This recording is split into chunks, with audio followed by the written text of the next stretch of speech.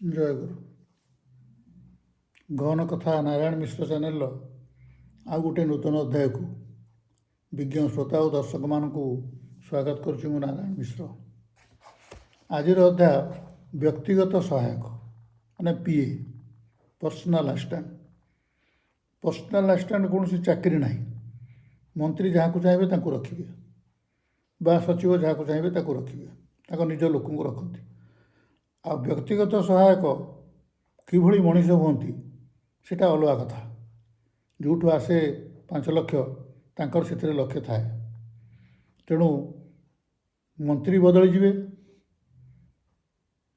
ମନ୍ତ୍ରୀଙ୍କର ଡିପାର୍ଟମେଣ୍ଟ ବଦଳି ଯାଇପାରେ, ମନ୍ତ୍ରୀ ବଦଳି ଯାଇପାରନ୍ତି, କିନ୍ତୁ ଯିଏ ପ୍ରକୃତ ବ୍ୟକ୍ତିଗତ ସହାୟକ ସିଏ କୌଣସି ନା କୌଣସି ଜାଗାରେ ପୁଣି ବ୍ୟକ୍ତିଗତ ସହାୟକ ହୋଇକରି ଟଙ୍କା ଆଦାୟ କରି ଚାଲେ। ମାନ୍ୟବର ମନ୍ତ୍ରୀଙ୍କ ବ୍ୟକ୍ତିଗତ ସହାୟକ ମନ୍ତ୍ରୀଙ୍କ ପାଖକୁ ଆସି ଧୀର ଗଳାରେ କହିଲେ, ସାର୍, ଯେଉଁ ବ୍ୟକ୍ତି 4 ଏକର ସରକାରୀ ଜମିକୁ 99 ବର୍ଷ ଲିଜ୍ ନେଇ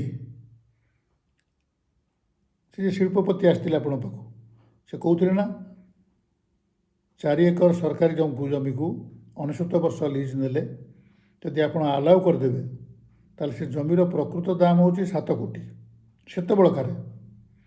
କିନ୍ତୁ ଆମ ରେଭିନ୍ୟୁ ଡିପାର୍ଟମେଣ୍ଟ ଯଦି ସେ ଜାଗାଟାକୁ ଭ୍ୟାଲୁଏସନ୍ କରିଦିଏ 4 କୋଟି, ତାହେଲେ ସେ ସାଙ୍ଗେ ସାଙ୍ଗେ ଆପଣଙ୍କୁ 50 ଲକ୍ଷ, ଆମ ସଚିବଙ୍କୁ 10 ଲକ୍ଷ, ଡିପାର୍ଟମେଣ୍ଟର କିରାଣୀମାନେ ବୁଲିବାକୁ ଯିବାକୁ 3 ଲକ୍ଷ ଦେବେ ଏବଂ ଏସବୁ କାର୍ଯ୍ୟ କରାଇବା ପାଇଁ ମୋତେ ବି 1 ଲକ୍ଷ ଟଙ୍କା ଦେବେ। ଆପଣ ଯେଉଁ 50 ଲକ୍ଷ ପାଇବେ ସେଇଟା ଆପଣଙ୍କର ବିଦେଶରେ ଥିବା ଆକାଉଣ୍ଟରେ ଜମା ହୋଇଯିବ। ସେ ବ୍ୟବସ୍ଥା ସଚିବ କରିଦେବେ, ନହେଲେ ମୁଁ କରିଦେବି, ବ୍ୟକ୍ତିଗତ ସହାୟକ କହିଲେ। ମନ୍ତ୍ରୀ କହିଲେ ଠିକ୍ ଅଛି, ଯଦି ଗୋଟିଏ ଦସ୍ତଖତ ମାରିଲେ 6 କୋଟିଟା 4 କୋଟି ହେଇଯିବ, ସରକାର ପଇସା, ସରକାର 6 କୋଟି ପାଇଥାନ୍ତେ 4 କୋଟି ପାଇବେ, ପାଆନ୍ତୁ ନା, ମୁଁ ତ 50 ଲକ୍ଷ ପାଇବି, ଅସୁବିଧା କ'ଣ ଅଛି? ତେଣୁ ସେ ଫାଇଲରେ ଲେଖିଦେଲେ ଆପ୍ରୁଭ୍ଡ, ତାଙ୍କର ସମ୍ମତି ଦେଇଦେଲେ।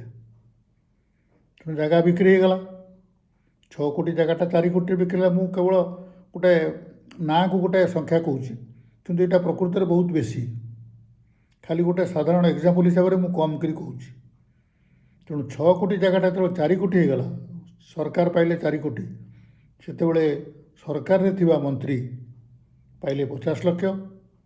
ବ୍ୟକ୍ତିଗତ ସହାୟକ ଭାବେ ସେ ନିଜେ କହୁଛନ୍ତି ମୁଁ ପାଇଲି 1 ଲକ୍ଷ ଏବଂ 10 ଲକ୍ଷ ପାଇଲେ ସଚିବ, ଆଉ କିରାଣୀମାନେ ପାଇଲେ 3 ଲକ୍ଷ।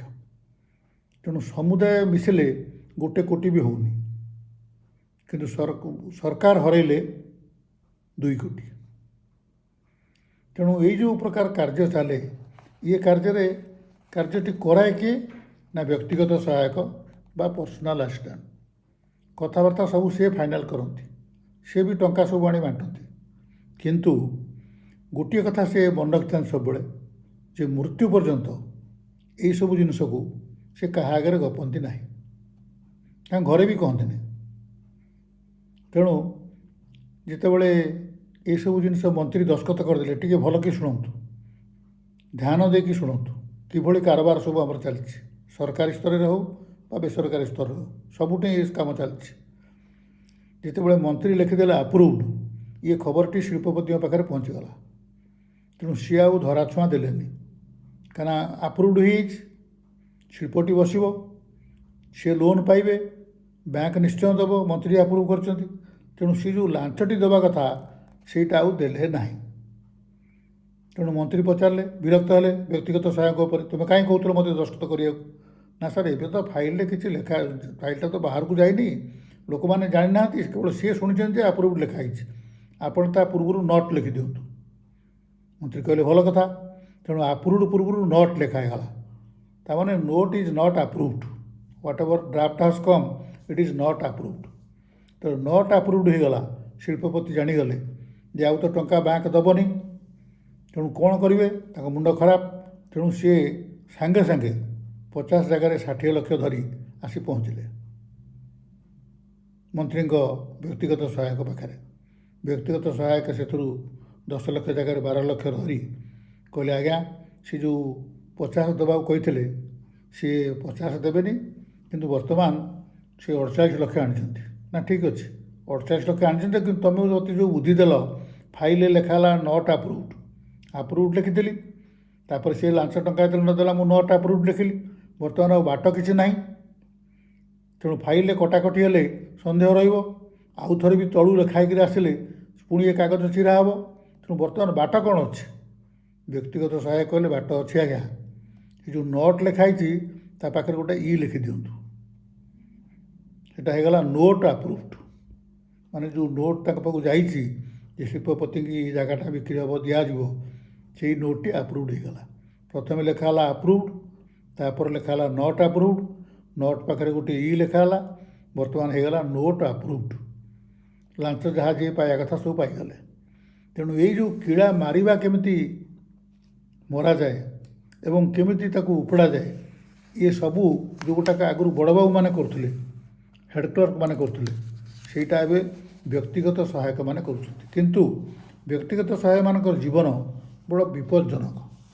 କାହିଁକିନା ବେଳେବେଳେ ତାଙ୍କ ପାଟିରୁ ଯଦି କୌଣସି କଥା ବାହାରିଯାଏ ଏବଂ ସେ କେଉଁଠି କ'ଣ କହିଦିଅନ୍ତି କିଛି, ମଲା ପର୍ଯ୍ୟନ୍ତ କିଛି କହିବା ନ କହିବାଟା ହେଉଛି ତାଙ୍କର ଚରିତ୍ର, ମାନେ ତାଙ୍କର ଦକ୍ଷତା।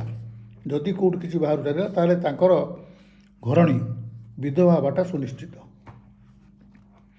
এই ବିଷୟରେ ଗୋଟିଏ କେତୋଟି ଉଦାହରଣ ଆପଣମାନଙ୍କୁ ଦେବା ମୁଁ ଉଚିତ ମନେ କରୁଛି। ଗୋଟିଏ କଥା ଦେଖନ୍ତୁ, ଥିଲେ ଜଣେ ଆର୍.କେ. ଧାୱନ। ଆପଣମାନେ ସମସ୍ତେ ନାଁ ସହିତ ଆକ୍ୱେଣ୍ଟେଡ଼ ଥିବେ। ଯେଉଁମାନେ ଏବେକା ଯୁବପିଢ଼ି ତାଙ୍କ କଥା ପଡ଼ିନି, ଯେଉଁମାନେ ଅଛନ୍ତି ଆଗରୁ ଅଛନ୍ତି ସେମାନେ ଜାଣିଥିବେ ଯେ ଆର୍.କେ. ଧାୱନ ବୋଲି ଜଣେ ରାଜେନ୍ଦ୍ର କୁମାର ଧାୱନ, ସିଏ ଥିଲେ ଆମର ଇନ୍ଦିରା ଗାନ୍ଧୀଙ୍କର ଅତି ବିଶ୍ୱସ୍ତ ବ୍ୟକ୍ତିଗତ ସହାୟକ ବୋଲି ଆପଣ ଭାବନ୍ତୁ। 84 ମସିହା ଅକ୍ଟୋବର 31 ତାରିଖ ଦିନ 9:20 ଦିନ 9:20 ଇନ୍ଦିରା ଗାନ୍ଧୀଙ୍କୁ ତାଙ୍କର ବିଶ୍ୱସ୍ତ ବଡ଼ିଗାର୍ଡ଼ ଯିଏ ଗୁଳି କରି ମାରିଦେଲେ। ତାପରେ ଧାୱନଙ୍କ ଉପରେ ସନ୍ଦେହ ଆସିଲା। ରାଜୀବ ଗାନ୍ଧୀ ଏକ ତଦନ୍ତ କମିଶନ ବସାଇଲେ, କିନ୍ତୁ ଧାୱନ ଅତି ବିଶ୍ୱସ୍ତ ଥିଲେ। ସେ କାହାକୁ କିଛି କହିନାହାନ୍ତି, ନା ସିଏ ବି ଏଥିରେ ନାହାନ୍ତି ଯେ କାହାକୁ କହିଛନ୍ତି ଗୁଳି ମାର ବୋଲିକି। ସେ ଯେଉଁ ସନ୍ଦେହଟା ରାଜୀବ ଗାନ୍ଧୀଙ୍କ ମନରେ ଆସିଲା ଯେ ଇନ୍ଦିରା ଗାନ୍ଧୀଙ୍କୁ ମାରିବାରେ ତାଙ୍କର ଯେଉଁ ନିଜର ବଡ଼ିଗାର୍ଡ଼ ତାଙ୍କୁ ମାରିଲେ, ସେଥିରେ ବୋଧେ ଧାୱନଙ୍କ ହାତ ଥାଇପାରେ, କିନ୍ତୁ ପ୍ରକୃତରେ ଧାୱନଙ୍କ ହାତ ନଥିଲା। ଏବଂ ସେ ନିଜେ କହିଛନ୍ତି ତାଙ୍କର ଯେଉଁ ବାୟୋଗ୍ରାଫି ଲେଖା ହେଇଛି, ଅଟୋବାୟୋଗ୍ରାଫି, ଯେ 22 ବର୍ଷ କାଳ, ଦିନେ 2 ଦିନ ନୁହଁ, 365 ଦିନ, ପ୍ରତିବର୍ଷ 365 ଦିନ ସକାଳ 8ଟାରୁ ରାତି 12ଟା ପର୍ଯ୍ୟନ୍ତ ମୁଁ ଇନ୍ଦିରା ଗାନ୍ଧୀଙ୍କ ପାଖରେ ବ୍ୟକ୍ତିଗତ ସହାୟକ ଭାବେ କାମ କରିଛି। ଯଦି ଏହା ସତ୍ତ୍ୱେ ମୋ ଉପରେ ଏଇଭଳି ସନ୍ଦେହ ଆସେ, ବରଂ ଭଲ ହେଇଥାନ୍ତା ଯେଉଁ ବଡ଼ିଗାର୍ଡ଼ ଇନ୍ଦିରା ଗାନ୍ଧୀକି ମାରିଲେ ସେମାନେ ମୋତେ ମାରିଦେଇଥାନ୍ତେ। କାରଣ ସେ ମଲା ପର୍ଯ୍ୟନ୍ତ ଇନ୍ଦିରା ଗାନ୍ଧୀଙ୍କ ବିଷୟରେ କାହାକୁ କିଛି କହିନାହାନ୍ତି। କେମିତି ବ୍ୟାଙ୍କ ନ୍ୟାସନାଲାଇଜେସନ୍ ହେଲା, କେମିତି ବାଂଲାଦେଶ ଲିବରେସନ୍ ହେଲା, ବହୁତ କଥା ସବୁ ଧାୱନ ଜାଣିଛନ୍ତି, କିନ୍ତୁ ସିଏ କୌଣସିଥିରେ ନିଜେ ଇନଭଲ୍ଭ ହୋଇନାହାନ୍ତି ଏବଂ ସେ କାହାକୁ କିଛି ପଦେ ବି ମୁହଁ ଖୋଲିନାହାନ୍ତି। କିନ୍ତୁ ଜଣେ ମାଥାଇ ବୋଲି ଯେଉଁ ଥିଲେ, ସିଏ ତାଙ୍କର ନେହେରୁଙ୍କର ଥିଲେ ବ୍ୟକ୍ତିଗତ ସହାୟକ। ସେ ଯେଉଁ ବହି ଖଣ୍ଡେ 2 ଖଣ୍ଡ ଲେଖିଛନ୍ତି, ସେଥିରେ ନେହେରୁ, ଫିରୋଜ ଖାଁ, ବିଜୟଲକ୍ଷ୍ମୀ ପଣ୍ଡିତ, ଇନ୍ଦିରା ଗାନ୍ଧୀ ସମସ୍ତଙ୍କ ଚରିତ୍ର ବିଷୟରେ ଅତି କଦର୍ଯ୍ୟ କଥା ଲେଖିଛନ୍ତି ଏବଂ ସେମାନେ ମଲା ପରେ ଲେଖିଛନ୍ତି। ଧାୱନ କହୁଛନ୍ତି ତାଙ୍କର ଅଟୋବାୟୋଗ୍ରାଫିରେ ଯେ ଯଦିଓ କଂଗ୍ରେସରେ ମୁଁ ନଥିଲି, କିନ୍ତୁ ମୋତେ କଂଗ୍ରେସ ପାର୍ଟି ନିଜର କରି ରଖିଥିଲା। କଂଗ୍ରେସ ୱାର୍କିଂ କମିଟିର ମୁଁ ସଭ୍ୟ ଥିଲି। ତେଣୁ ମୁଁ କେବେ ବି ମାତାଇଙ୍କ ଭଳି କୌଣସିଠାରେ କୌଣସି କଂଗ୍ରେସ ନେତାଙ୍କ ବିଷୟରେ ଲେଖି ନାହିଁ ବା କହିନାହିଁ, ନା କହିବି ବି ନାହିଁ। ତା'ର କାରଣ ହେଉଛି ମୁଁ ଗୋଟିଏ ଜିନିଷରୁ ମୁହଁ ବନ୍ଦକାରୀ ଆଜି ପର୍ଯ୍ୟନ୍ତ ବସିଛି। ଗୋଟିଏ ଜିନିଷ ଦେଖି, ସେଠି କ'ଣ ସେ କହୁଛନ୍ତି ଆର୍.କେ. ଦାଭନ କହୁଛନ୍ତି, ଆପଣମାନେ ଜାଣିନାହାନ୍ତି ଯେ ମନେ ପକାନ୍ତୁ, ପି.ଭି. ନରସିଂହ ରାଓ ତାଙ୍କ ସଂଖ୍ୟାଲଘୁ ସରକାରକୁ ବଞ୍ଚାଇବା ପାଇଁ ଝାଡ଼ଖଣ୍ଡ ମୁକ୍ତି ମୋର୍ଚ୍ଚାର 4 ଜଣ ସଦସ୍ୟଙ୍କୁ ପର୍ଯ୍ୟାପ୍ତ ଟଙ୍କା ଦେଇ ନିଜ ସପକ୍ଷକୁ କିଣି ନେଇଥିଲେ ବୋଲି ଅଭିଯୋଗ ହୋଇଥିଲା। ସେ ଭିଡ଼ିଓ ପାର୍ଲାମେଣ୍ଟରେ ବି ଦେଖାହେଲା। କିନ୍ତୁ ଝାଡ଼ଖଣ୍ଡ ମୁକ୍ତି ମୋର୍ଚ୍ଚାର ସଭାପତି ଶିବୁ ସୋରେନଙ୍କ ବ୍ୟକ୍ତିଗତ ସହାୟକ, ତାଙ୍କ ନାଁ ହେଉଛି ଶଶୀନାଥ ଝା, ସିଏ ମୁହଁ ଖୋଲିବାକୁ ଚେଷ୍ଟା କରିଥିଲେ, ଯାହାଙ୍କ ସକାଶେ ଜିନିଷଟା ବାହାରେ ପ୍ରକଟ ହେଲା। 5 ବର୍ଷ ପରେ ତାଙ୍କ କଙ୍କାଳ ରାଞ୍ଚିରୁ ମିଳିଥିଲା। ଭାବନ୍ତୁ ଟିକେ ଯେ ପ୍ରଧାନମନ୍ତ୍ରୀ ପି.ଭି. ନରସିଂହ ରାଓ ତାଙ୍କ ସଂଖ୍ୟାଲଘୁ ସରକାରକୁ ବଞ୍ଚାଇବା ପାଇଁ 4 ଜଣ ଝାଡ଼ଖଣ୍ଡ ମୁକ୍ତି ମୋର୍ଚ୍ଚାର ସଦସ୍ୟଙ୍କ ସାହାଯ୍ୟ ନେଇଥିଲେ। ସେଥିରେ କେତେ ଟଙ୍କା କାରବାର ହେଇଥିଲା, କ'ଣ ହେଇଥିଲା, ସେ କଥା ଶିବୁ ସୋରେନଙ୍କ ବ୍ୟକ୍ତିଗତ ସହାୟକ ଜାଣିଥିଲେ, ଶିବୁ ସୋରେନ ବି ଜାଣିଥିଲେ। କିନ୍ତୁ ଶିବୁ ସୋରେନଙ୍କ ବ୍ୟକ୍ତିଗତ ସହାୟକ ହୁଏତ କେଉଁଠି କିଛି କହିଦେଇଥାଇପାରନ୍ତି, ଯାହାଦ୍ୱାରା 5 ବର୍ଷ ପରେ ତାଙ୍କ କଙ୍କାଳ ମିଳିଥିଲା ରାଞ୍ଚିରୁ।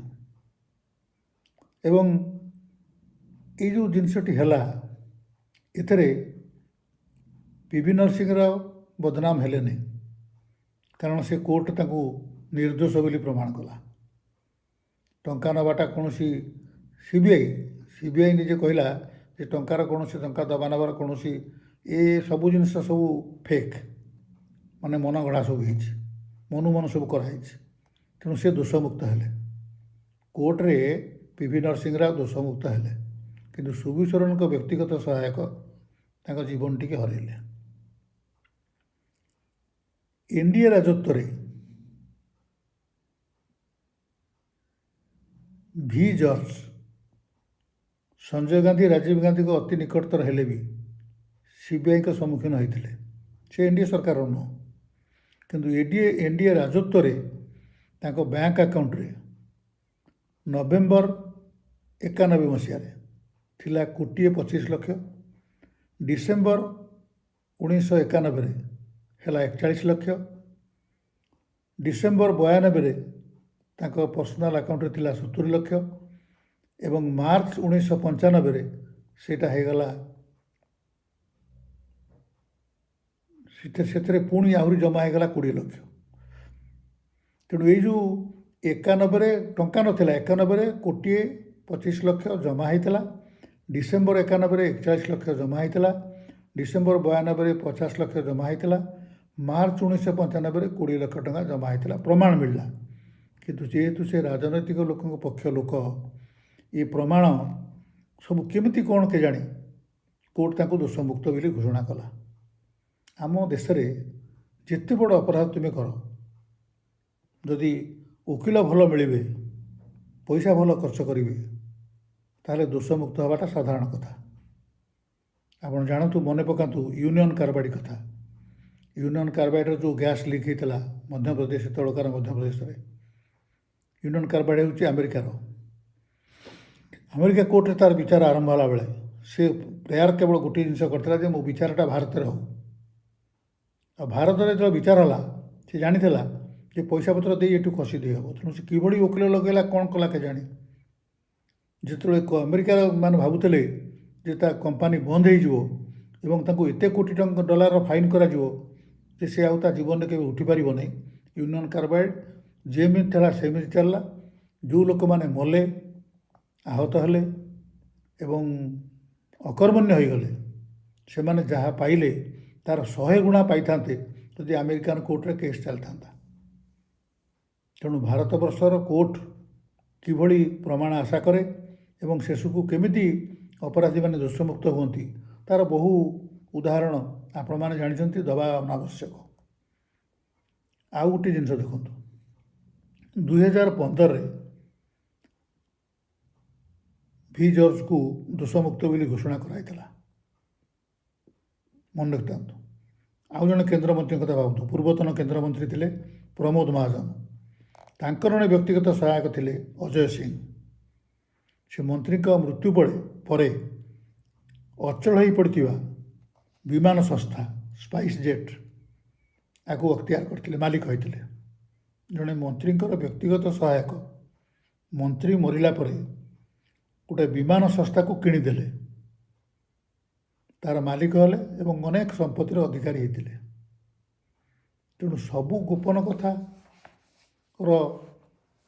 को भितर रखा एवं निज काम लगेगा मंत्री तांकर कौन ने कौन उठे कौन के उपरकू जी कौन करेंगे से विषय मुंडे न पुरेवा ये गोटे केवल प्रमोद महाजन को जी व्यक्तिगत सहायक थे तांकर स्पाइस जेट विमान संस्था किणवारू आप जापे यदि व्यक्तिगत सहायक माने यही कार्य एते उपरकू जापारती ताहले जहाँकर से व्यक्तिगत सहायक होते से मंत्री हूँ सचिव हूँ कौन व्यवसाय हूँ कौन प्रतिष्ठित लोक हूँ सी ताहले आम देश कौन कौन केते सर्वसाधारण पैसा खाई आपण कल्पना करूँ जड़े व्यक्तिगत सहायक मंत्री जड़े व्यक्तिगत सहायक गोटे विमान संस्था किणवा को सक्षम होले मंत्री कौन केते सक्षम होते प्रति 5 लाख 10 लाख ये व्यक्तिगत सहायक 1 लाख 2 लाख पाती यदि सी विमान संस्था किणिपारे ताहले मंत्री को अवस्था कौन हो किंतु व्यक्तिगत सहायक हबारे जी आम खुशी होचे देखुचे एमती से उठीगले शिबू सोरेन को व्यक्तिगत सहायक कथा भाविले आउ से सबू खुशी होवाटा आमर रही तेणु आशा करुच्ची आपण मान भितर जो मैंने हाकिम पाख लोक से व्यक्तिगत सहायक हूँ आम तो व्यक्तिगत सहायक कथा कहलु से व्यक्तिगत सहायक हूँ जे हूँ जेभली तेल मारतु हाकिम को जेभली अबाट नियंतु जेभली अन्याय नियंतु अन्याय बाट नियंतु दिने ना दिने ऊपर जे बसची उपरवाला परम ब्रह्म भगवान जगन्नाथ जी सबू देखुंट कि चुप बस से निश्चय दंड देवे एवं से दंडटी कौ जन्म मिल किभली आकार आसो कई जन कही भगवान को दंड निःशब्द किंतु सही हुए